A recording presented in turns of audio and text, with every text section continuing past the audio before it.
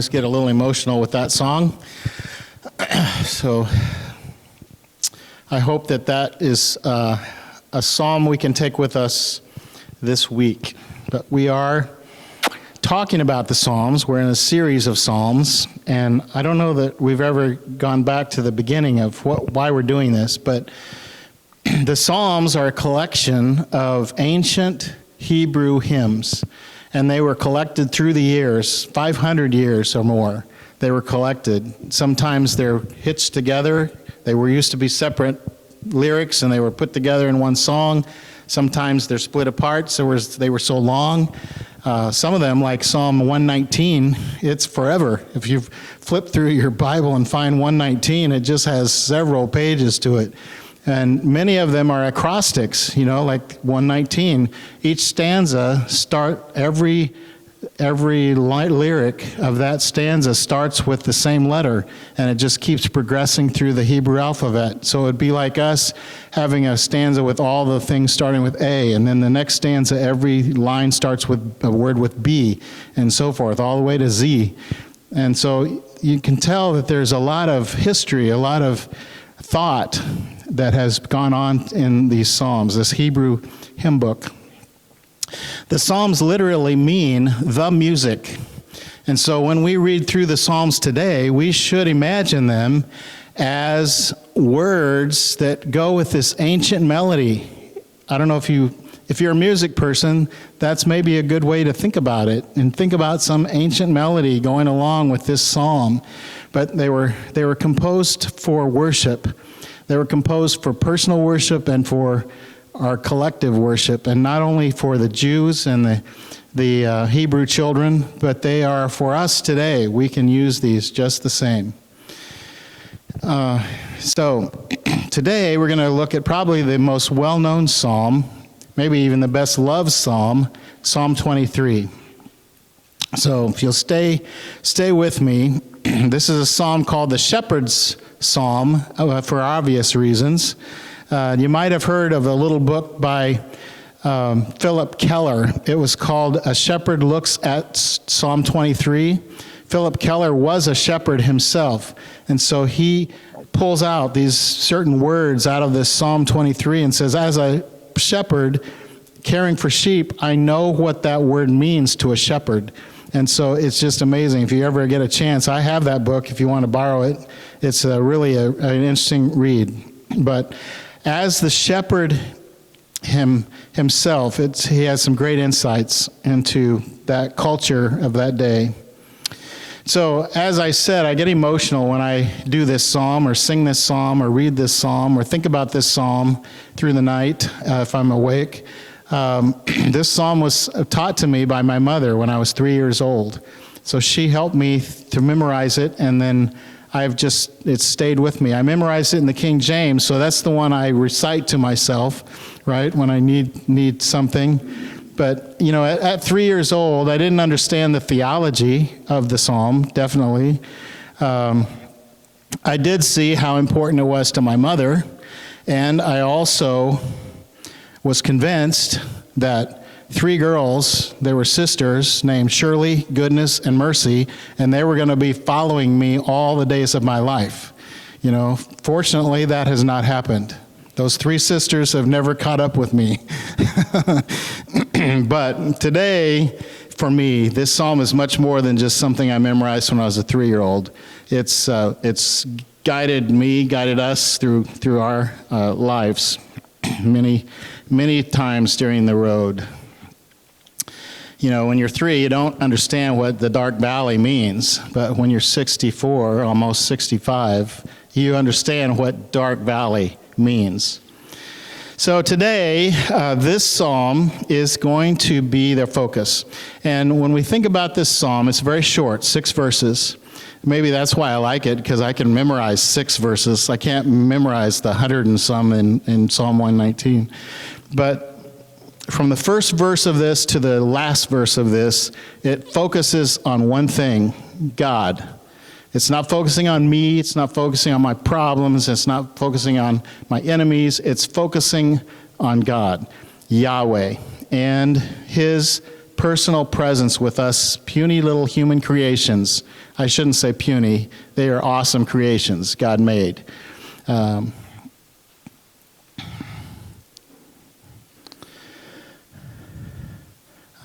Sorry, my tablet glitched a little bit.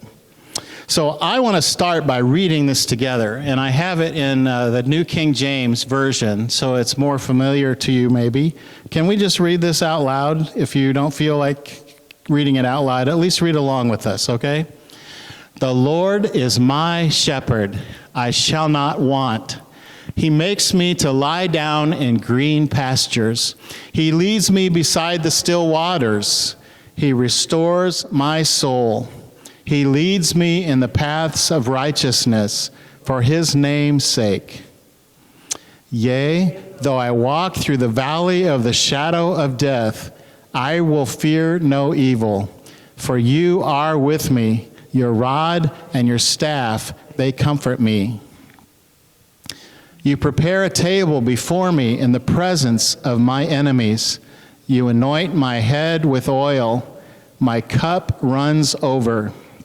And the last verse, surely goodness and mercy shall follow me all the days of my life, and I will dwell in the house of the Lord forever. Psalm 23. There's just a calming influence when we read that psalm, right? It's a psalm that I often quote during a funeral service.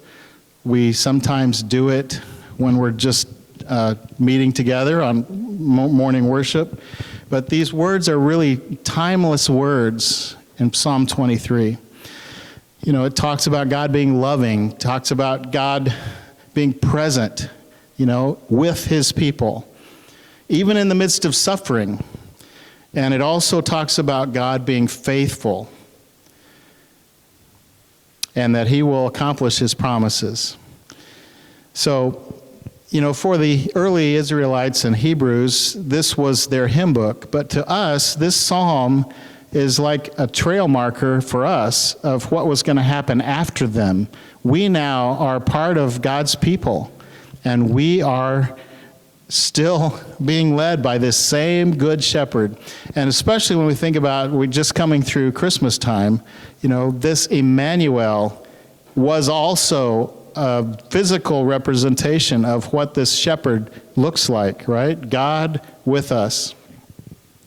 Let me read something from John chapter 10, starting with verse 11. This is Jesus talking. I am the good shepherd. The good shepherd lays down his life for his sheep. Now, we're going to be talking more about him laying down his life when we get into Lent, right? When the hired hand sees this wolf coming, he leaves the sheep and runs away. That's because he isn't the shepherd. The sheep really aren't his, so the wolf attacks the sheep and scatters them. He's only a hired hand, and the sheep don't matter to him. I am the good shepherd. I know my own sheep, and they know me, just as the Father knows me, and I know the Father. I give up my life for the sheep. I have other sheep that don't belong to this sheep pen. That's us. I must lead them too. They will listen to my voice, and there will be one flock with one shepherd. I want to focus on two verses out of this. Verse 4, which is kind of the heart of the psalm, and verse 6, because it has so much in it. So let's think about verse 4. Yea, though I walk through the valley of the shadow of death, I will fear no evil, for you are with me. Your rod and your staff, they comfort me. Even this verse has so many things in it, but I want us to think about the fact that walking through the dark valley, he is with us. This speaks so much to the Israelites at that time. They had so many dark valleys. It speaks to the early church in those dark valleys. I mean, think about those few days when Jesus was dead and buried, and his disciples are like, I really thought he was the Messiah. What's going to happen here? That's a pretty deep valley. And then as they started being persecuted through the early church, you know, this psalm still can talk to them. And even today, generations later, the persecution throughout the world of some Christians, And I just know this psalm has to mean something to them. Now, even when I walk through the valley of the shadow of death, I will not be afraid of evil. That's what it's saying. It doesn't say I'm never going to be afraid. It says I don't have to be afraid of evil. And notice that it also says this valley of the shadow of death followed a verse that just said God leads us in the right paths. So this dark valley was in God's right path for me. Sometimes we Americans, maybe even modern people around other countries too, we want comfort. Don't give me valleys, dark valleys.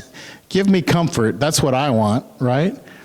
And this is telling me life sometimes has dark valleys, and it's okay for us to walk through them, and God is going to be with us through that dark valley. It's not like he just checks himself at the door at that dark valley and says, I'll meet you on the other side. I'll just fly over. You guys, you walk through it, and I'll meet you on the other side. No, he comes through it with us. So this verse 4 is so important. For you are with me. And the one thing I think about when I'm reading this psalm is this is the first time that the psalmist talks to God directly. Up until this point, all these verses have been talking about God to you, the listener, the singer. But now the psalmist is actually talking to God. You are with me. That tells me that this psalmist really understood what they were talking about. It's attributed to David. That doesn't necessarily mean David wrote it, but I kind of think David knew what this psalm was talking about, right? So let's move to verse 6. Surely goodness and mercy shall follow me all the days of my life, and I will dwell in the house of the Lord forever. So this mentions goodness and mercy in the New King James Version. It's God's goodness. It's more than just mercy, feeling sorry for someone or not giving them what they deserve, but it is this God's hesed. It's God's unconditional, unrelentless love, everlasting love. That's what this is talking about. God's goodness and his steadfast love is going to follow me. So this is a term that we can use. It's a covenant term, this hesed. It's a term that God used a lot in his covenants with Israelites. And so we can say now that we are people of God, we too can take that word in covenant with God, that same steadfast love is going to be with us. So God's goodness and steadfast love. And notice it says, his goodness and mercy shall follow me. The actual word is really better translated as pursues me. It's not just following me, it's pursuing me. So if I'm a sheep that goes off into a crevice somewhere, he's not just following me blindly into the crevice too. Oh, we got in a crevice. How do we do that? No, Jesus is pursuing us when we go into that crevice. And he's the one, you've seen the Solomon pictures of the sheep on the shoulders of the shepherd, He's pursuing us in all of the areas we go to that are maybe not the right path. But this mercy, this everlasting, steadfast love of God drives him to pursue us, hound us. He refuses to get off of our trail. Isn't that something? Even when we turn away from him, even if we stumble, God's grace is relentless. It never gives up searching for us. Not that we would ever be lost to God. I think he always knows where we are. But in our minds, even if I think I'm lost from God, he still pursues me. Now, another thing that's interesting to me is this word dwell. And I will dwell in the house of the Lord forever. That word dwell really is the same word from verse 3 that said, he restores my soul. Restore is the same word that we translate dwell. So restore and dwell are translated from the same word. Why do I make such a point about that? I'm not dwelling. I'm not just, I've got a safe haven. I found the right place to go. They lock the door and I just sit there safe. I'm dwelling with God.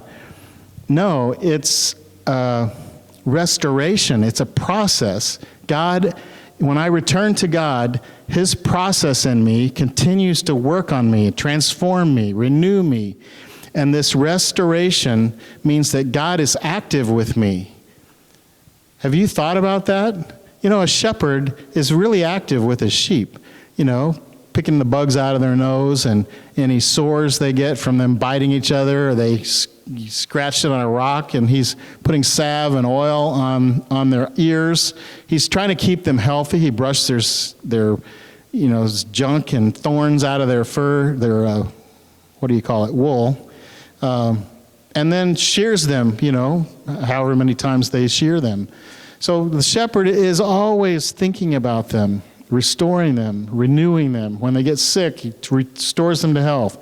That's what God does for us. Literally, he causes our life to return again and again and again, to be renewed, to be restored. And as we return to God's house, that's really just a figure of speech for his presence. We return again and again to his presence so that we can be restored. In the discussion guide that I have around on these tables, I hope that you take one with you. I ask you this: what do you hear God saying to you through this ancient worship song?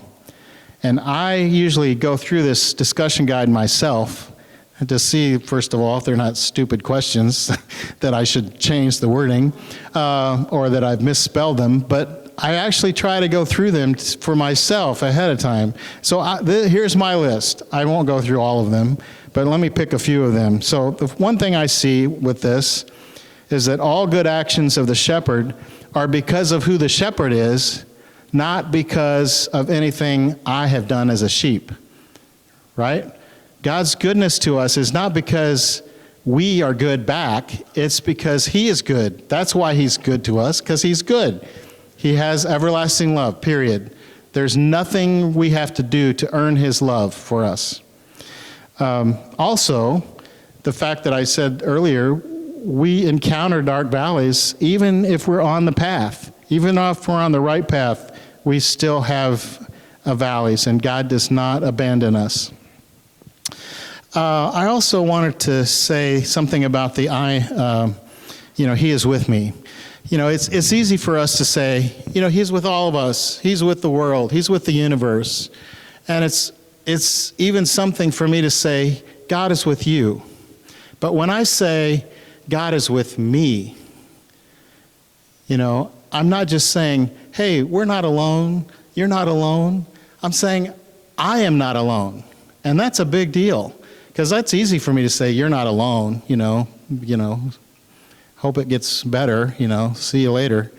But when I'm by myself in my own mess, and I can say, I am not alone, that's the presence of God, right? It's not just a talking point that when we get together as the church, it sounds like a good thing to say, oh, God's with you. No, God, when I say, I am not alone, God is with me, that is the depth of this psalm. That's what the shepherd's trying to say. I mean, think about a shepherd.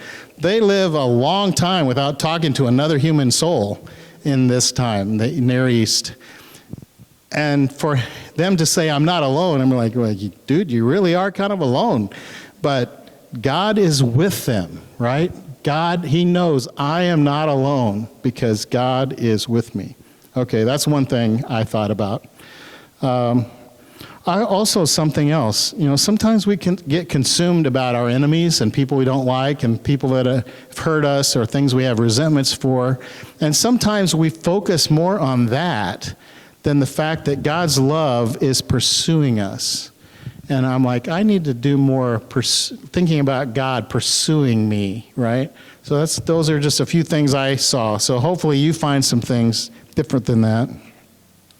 So what are the main takeaways today? First of all, this psalm is intensely personal, and I want you to take it that way.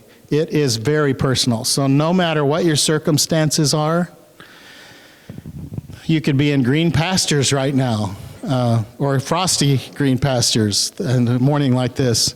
You could be by still waters. You could be having enemies pursue you in their chariots, toward the Red Sea. You could be in dark valleys right now. But I want you to know Jesus is your provider. Jesus, the great good shepherd, is your guide. He's your healer. He's your protection. He's your companion. Your companion. If you ever think about that, God being your companion. So that's number one. This is very personal. The second big takeaway today for me is that God's care for us never runs out. It doesn't end. God's care for us never ends. Let me read you something from Romans 8, 38 and 39. This is Paul talking to the house churches in the Rome area. I am convinced that neither death nor life, neither angels nor demons, neither the present nor the future, nor any powers, neither height or depth, nor anything else in all creation will be able to separate us from the love of God that is in Christ Jesus our Lord. That's an awesome promise. But you know what? I don't always believe that for me. Do you? I mean, sometimes I think, God, I think I've separated myself from God, But this is telling me there is nothing, even death cannot separate me from God. So, today as we shared communion, whatever we were experiencing today, green pastures or a dark valley, we gather at this great table that's spread for all of us, and we receive his presence with us. It could bring us support, it could bring us encouragement, it could bring us joy, but I hope that we are continuing day to day, coming back around again and again in his presence for restoration, for transformation as we move. And as we move into the day, when things will be much better and we'll sit around a big table and have a big banquet, right? Let me read you about that. 1 Peter chapter 2, 25. Though you were like straying sheep, you have now returned to the shepherd and guardian of your lives. And in 1 Peter 5:4, and when the chief shepherd appears, you will receive an unfading crown of glory. So the second takeaway today was God's care has no end. It never stops. And the third one is we cooperate with God in this restoration process. God shows us his goodness, his mercy, his everlasting love, but it's not enough for us to just keep it to ourselves. We understand that, right? A practical way that we show our gratitude to him is to show his love to other people. His forgiveness, his presence can be an encouragement for us to do the same thing, right? To other people, showing mercy to other people. And we have to share this love of Christ with our families, with our neighbors, with our communities, with our church members, even with our enemies.